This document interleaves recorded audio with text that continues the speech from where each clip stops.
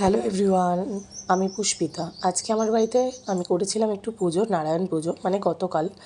তো দেখো, পুজোর বাসনপত্র ধুয়ে জিনিসপত্র কিনে আনা সবই আমার একার হাতে, একাই করতে হয়। পুটি যাচ্ছিলো স্কুলে, তো আমাকে একটু চুমু খেতে এসেছিলো, রোজই খায় স্কুল যাওয়ার সময়। তো আমি পুজোর কাজের জন্যও চলে গেলাম, নারকেল কুড়িয়ে সব কিছু গুছিয়ে গাছিয়ে রেডি হচ্ছিলাম করার জন্য, কারণ সবটাই আমার একার হাতে করতে হয়।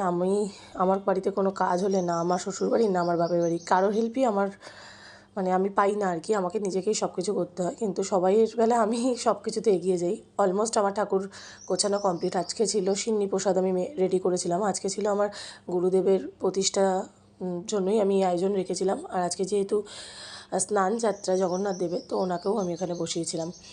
তা এসে গিয়েছিলো যথারীতি টাইম মতো ঠাকুরমশাই পুজো করছিল। তো পুজো দেওয়ার পর, অঞ্জলি দেওয়ার পর আমি ওইদিকে চলে গিয়েছিলাম।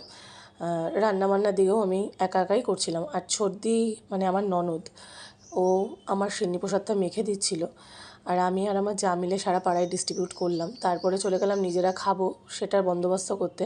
আজকে করেছিলাম ফ্রাইড রাইস আর আলুর দম। এটাও আমার নিজের হাতে। যারা বলো না যে আমার আঙ্গুল খারাপ, আমার মুখের সাথে হাতের কোনো মিল নেই, তাদেরকে বলি এত কাজ করার পর না আর হাত পায়ের আর কোনো যত্ন হয় না। যারা সংসার করে তারা জানে। তাই এইসব কমেন্টস করার আগে একবার ভেবে করো। আজকে এই পর্যন্তই, নেক্সট ভিডিও আবার আপলোড করব।